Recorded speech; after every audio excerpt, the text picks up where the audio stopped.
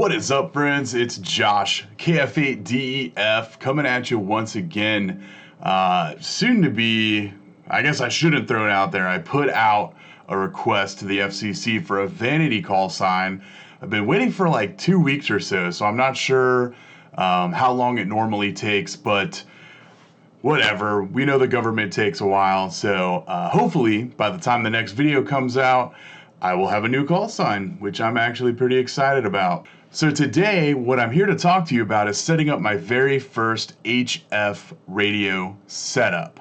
What I wanted this to be was kind of an in-the-moment vlog style video, kind of showing you what I did to get everything set up. But what I quickly found out is I actually suck at doing vlogs. I do have a lot of experience doing video production and things of that nature, but typically it's, you know, planned out videos with interviews and me going out and taking content and things like that. I don't do a lot of vlogging stuff. So what this is actually going to be is me talking to you in the camera, and then I'm going to overlay some of, you know, what I was doing.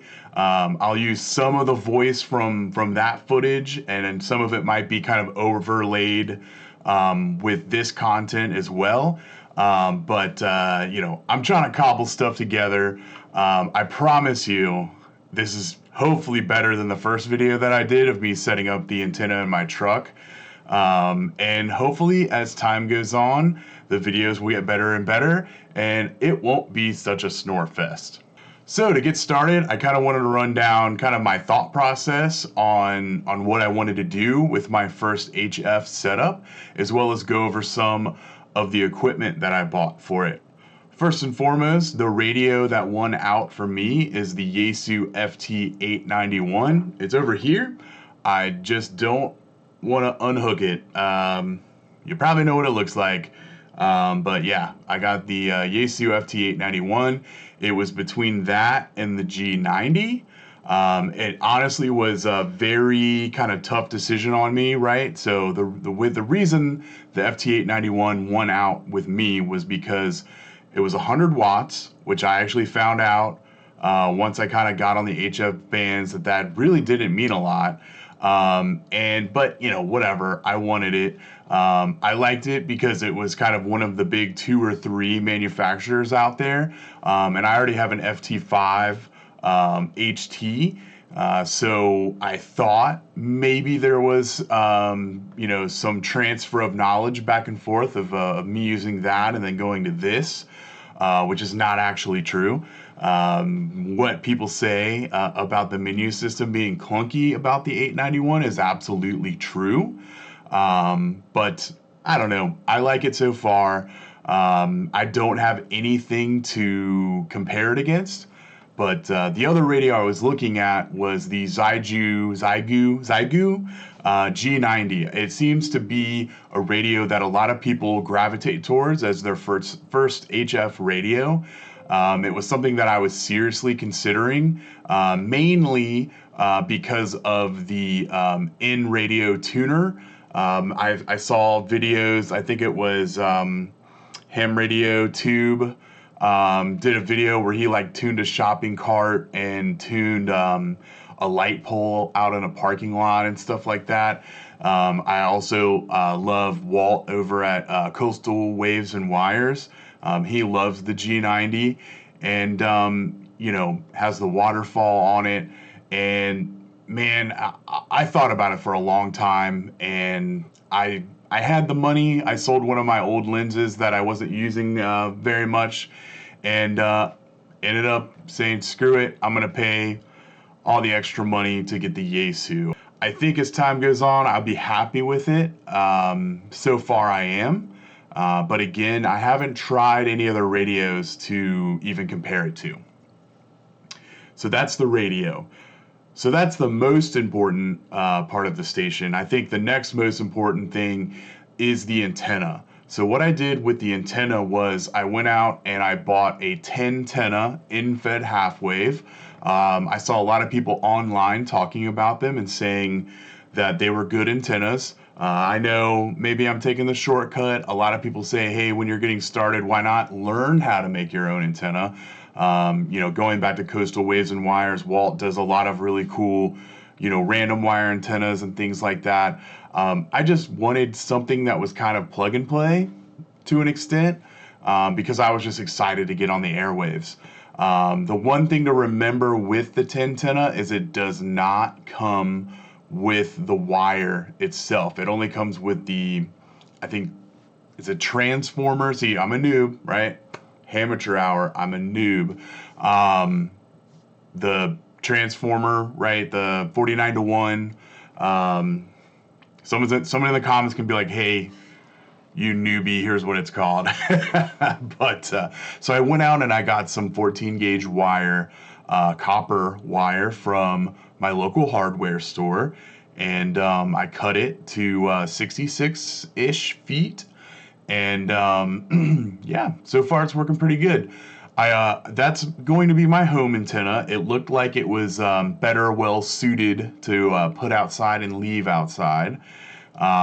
Later on in the video, I'll show you how I have it set up. I'm not going to kind of ruin the whole thing yet. And then I wanted a setup, a portable setup for POTA. That's something I'm really interested in doing.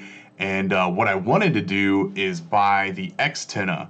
Well, insane. Like, I honestly can't believe it. I ran into John, the owner of Xtenna, at a local radio club meeting. Like, what are the odds of that? And I told him, you know, I had just got my general that night that I met him, and we chatted for a little bit, and he goes, hey man, let me give you your first antenna. And so he gave me one, and so I didn't set it up at home, but I am going to get it cut and ready to go, because in the next couple weekends I expect to do some POTA activations. I've done some hunting so far, and it's been pretty fun. The next thing that I bought was a Nano VNA. I really wanted a rig expert, but those things are money. They cost a lot of money, and I watched some videos. I heard these things were hard to kind of learn, and after watching some videos, I think that I'll be able to figure this out. The one thing that I will say, and don't do what I did, is just buy this and think you're okay, because they have these SMA connectors, the smaller ones. It doesn't come with any adapters whatsoever. So funny enough, I didn't have the adapter, still don't actually. So when I put my antenna up, I haven't even analyzed it with this to see what the SWR is. So make sure you buy whatever adapter you need to plug into your antenna.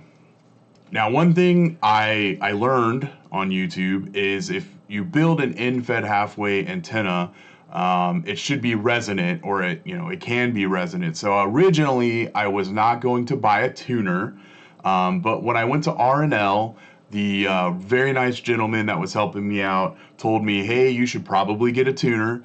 And I didn't that day. And then I was on the Ham Radio Crash Course Discord, and I asked them what they thought. And people said it's probably a good idea. So I decided to save a little bit of money starting out, and I went with the Malahit ATU-100, this guy right here.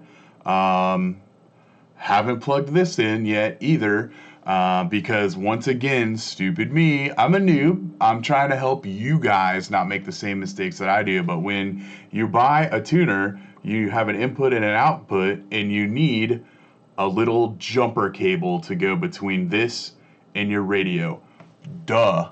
Like, I don't know. I got it. I was going to set it up. I was going to put it on my radio. And yeah, I quickly realized that I was a dummy. So again, you get a Nano VNA, get the adapter that you need to plug it into your antenna, get a tuner, make sure you get the little jumper cable because you need it. For my coax, I decided to kind of save a little money there as well. I went with RG8x. I know it's not the best.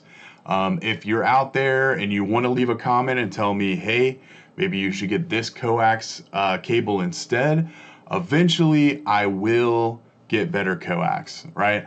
So jumping into HF is really expensive. What I was trying to do here is kind of save some money in certain areas where I could spend more money, right? So I kind of, you know, used all my money to buy the radio, right? If I got the G90, maybe I would have got some cooler coax, but that is not the case. So I got a 50-foot run. Again, what I would tell you, here is a tip. Make sure you kind of calculate where your antenna is going to be. Don't be like me and just go, well, yeah, 50 feet sounds like it's good enough.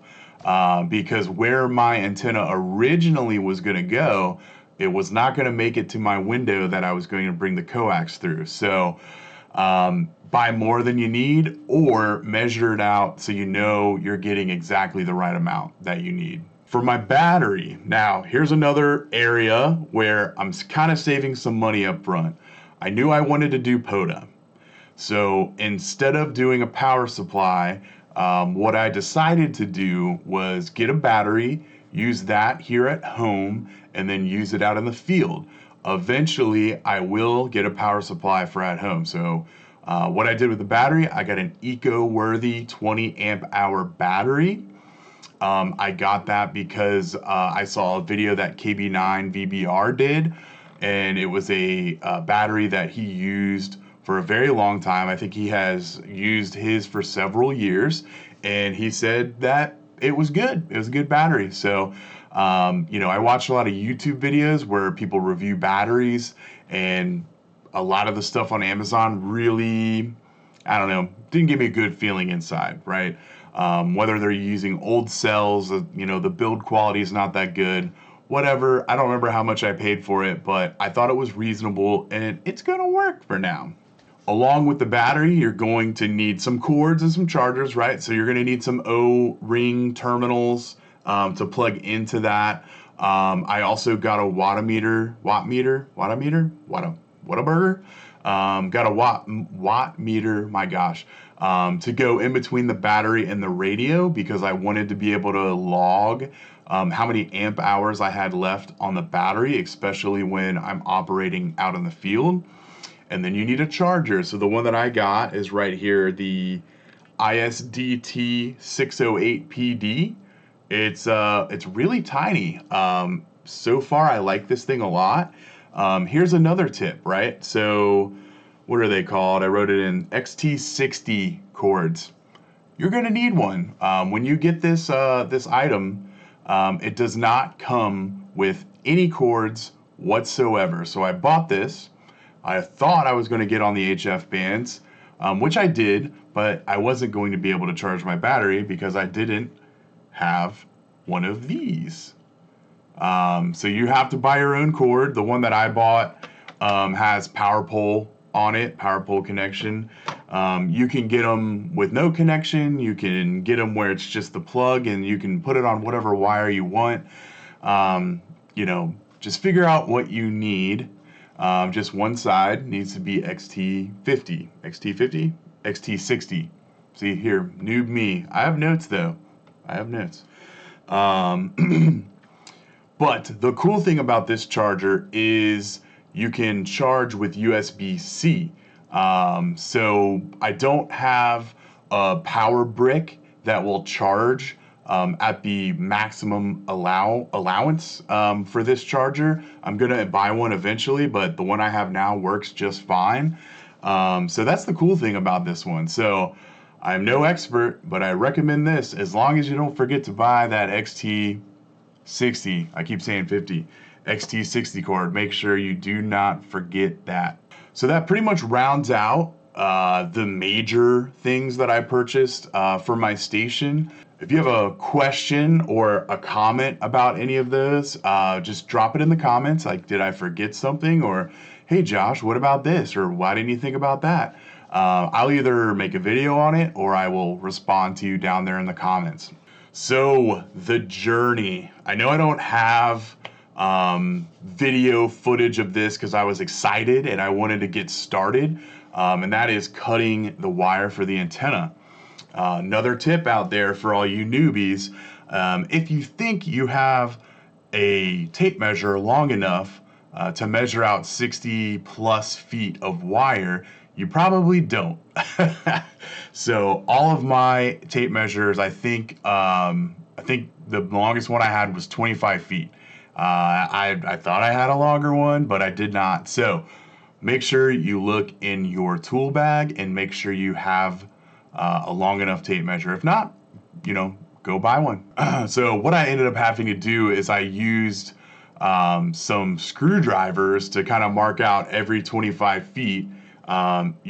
Totally science, right? It's solid, not gonna mess up. But I wanted to cut extra anyways because eventually I wanted to analyze the antenna and cut off the excess if I needed it. So it worked pretty well. Once I got the wire cut, I took all of the antenna equipment into my backyard and got to do the most fun part ever, and that is trying to get that dang rope up in the tree. I'm putting a new antenna up in my tree. The one that's going up is the TennTenna's EFHW half wave, and I'm getting this rope up in the tree. I tried a couple times yesterday, failed, and what do you know? I wasn't filming, and I got it on like the third try. So here is what we are working with. Don't worry about the wheelbarrow. I'm working on another project, but I am putting up the tree. You can't really see. It's this branch right here. I don't think I can get any taller, but I wanted to show you my pseudo throw bag. I took a carabiner and put a bunch of washers on it, threw it up over. Now I'm gonna tie my wire up on it, and we're gonna throw it up there, or we're gonna pull it up there. Just goes to show that you don't have to go buy a crazy kit to put together a throwing kit. I don't know, I probably spent maybe $20 on that, the whole thing, the rope and the carabiner and the washers, probably less, honestly. But yeah, let's go get this antenna wire and hoist this baby up. I have no idea if I got the right kind of wire. I kind of just went to Lowe's. I got some 14 AWG wire, solid core, and this is the wire that we're working with. Let's get it attached to the rope and pull her on up. I'm not gonna lie, I did not realize how long 60 something feet was, and I might not have bought long enough coax cable. Let's see. So yeah, this is how far away we are from the tree. Yep. So I got it up there. Here's the other tip. 66-ish feet is longer than you think it is. So I got the wire up as high as I possibly could get it, and then I pulled it out taut and realized, mother of God, this thing is long as hell. So I had to think on my feet a little bit. My coax wasn't long enough to reach where I needed it to, and I also really didn't want my antenna going that far out into the yard. So my EFHW half wave sloper idea turned into an EFHW half wave inverted V. I don't even know if that's a thing, but I did it, and it works, which is cool. It probably is a thing, right? Again, I'm a noob. I don't know what the heck I'm doing. Experimenting is part of ham radio, and I'm doing a lot of it because I didn't do research beforehand, and I'm just trying to make it work. So at that point, once I had it up in the tree, I had it tied off, attaching it to the TennTenna little module was super easy. I just stripped the wire, wrapped it around a few times, then used the wing nut to put it on. Plugged in the coax, ran it to my office where I am here. Also, it's dirty in here. I'm sorry. Show me one ham radio operator's shack that is put together well. It's gonna be hard to find. Eventually, I kind of want to turn this into more of a fun studio space or whatever, but this is what you get for now. So, ran it into the house. And then the next step was to set up the FT891. Now, when you first get this radio, it has the power cord, and me being I wish this was plug and play, That was not the case because the power cord just goes to 2 bare wires. And so that was another thing I wasn't expecting. Again, I probably should have done some research, but luckily my watt meter came with some Anderson power poles, and so I got to learn how to do those. So I will suggest, if you are going to do Anderson power poles, to get the special tool that they make that crimps these the right way. The ones my watt meter came with are the ones that are like a V. And these are hard. So I've got one of these kind of old school cutters, crimper things. And so getting that in this crimper was kind of hard. So I use my trusty needle nose pliers to kind of help me along with that. And one of them was kind of difficult to get in the power pole. So I kind of had to compress it and, you know, finesse it in there. A small flathead screwdriver will do wonders to kind of push it in there. Someone on YouTube mentioned that. I don't remember who it was. Maybe it was K8MRD. I believe I watched his video, as well as Ham Radio Dude. I believe I watched his video on power poles, because I have never really done a lot of, you know, any kind of electronic related things. So this is my first foray, my first jump into it. But got it together, plugged everything in, and got the radio through the watt meter into the battery, didn't blow myself up, and I was ready to rock. So the first night, I kind of just surfed around on the airwaves and kind of found my way around the radio. I decided to do some POTA hunting to kind of get my feet wet. You know, I figured that would be an easy way to just quickly talk to people, move around the bands, mess around with the settings on the radio, the different like noise reduction. That's another reason I got the 891 is that noise reduction, and just, you know, trying to find people and make contacts, and messed around with it a few days, you know, off and on whenever I had time, and so far I'm having fun. Again, the menus in the radio are kind of as difficult as people make it out to seem. Again, being a noob, trying to find things, you know, where is this setting, where is that setting, can be a little hard, but I do have my handy dandy manual here, which is fairly good, but I'm watching a lot of videos on YouTube talking about settings and things like that. KB9VBR is one of those people out there that do really cool videos on the 891. But since it's such a popular radio, there's a lot of stuff out there that has been super helpful. But this kind of concludes the build, right? And kind of the story behind me setting up my first HF radio station, my shack, whatever you want to call it. And yeah, you know, I appreciate you guys if you're out there watching. I'm new, obviously. I want to share my journey with you. If you're out there and you are a seasoned ham radio operator, my content in the beginning, you're probably not going to care about it, right?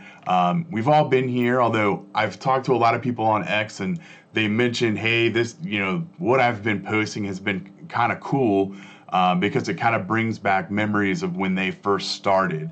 And that's cool too. But if you're watching, I'm glad you're here. Please drop me a subscribe. Also, if you're on X, I'm at Hamateur_hour. Just like my YouTube channel here, and then it's the same thing on Instagram. If you want to give me a follow, it would also be greatly appreciated there. The rest of this channel, beyond being kind of a diary of my journey into the ham radio world, I'm going to be doing POTA stuff. I'm going to be talking about, you know, how is this product or that product, is it easy to learn if you're new, doing some reviews, and just, general shenanigans. I don't know. I have no idea what's going to end up here. I can't really share a lot of information that's helpful to the wider audience, but if you're a new ham radio operator, I'm hoping that I can teach you from the mistakes that I made, like not having the right connectors for my Nano VNA, or not having the jumper for my tuner. There's just, little things that I learned. I would have been on the air probably a week later, but I kept having to buy stuff in order for me to do it. So I feel like I'm rambling. I talk a lot. I'm sorry. But anyways, thank you. Please like, please subscribe, and I appreciate you watching. I will see you later. Peace.